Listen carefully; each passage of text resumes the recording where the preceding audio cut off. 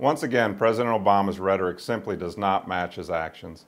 While the president talks about building a stronger middle class, his policies are placing heavier burdens on all hardworking Americans. Under this administration, we have seen an onslaught of new federal regulations forcing businesses to spend resources to comply with miles of bureaucratic red tape that could be used to hire additional workers. In fact, the Small Business Administration has estimated that regulations cost small businesses over $10,000 each year per employee. President Obama's deficit spending has resulted in more than $16 trillion of debt.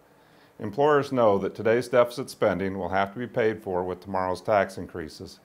This causes businesses to hold back capital, thereby further hampering job growth.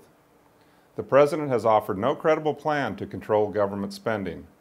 He talks about a balanced approach, but all he has proposed are more tax hikes on small businesses.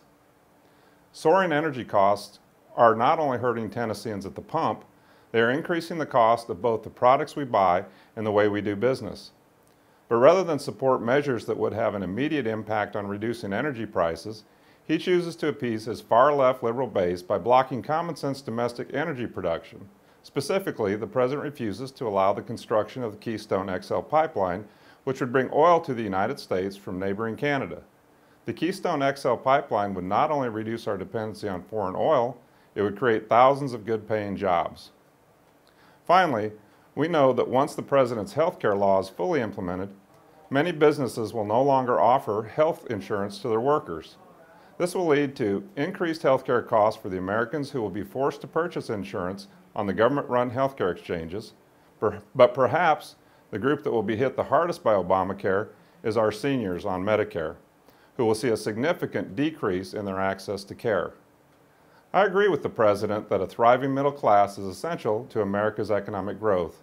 But rather than empowering the middle class, this president is more focused on the expanding government. His remarks tonight indicate that he has decided that he would rather double down on his failed political agenda than to work to ensure a brighter future for tomorrow and stop this generational theft.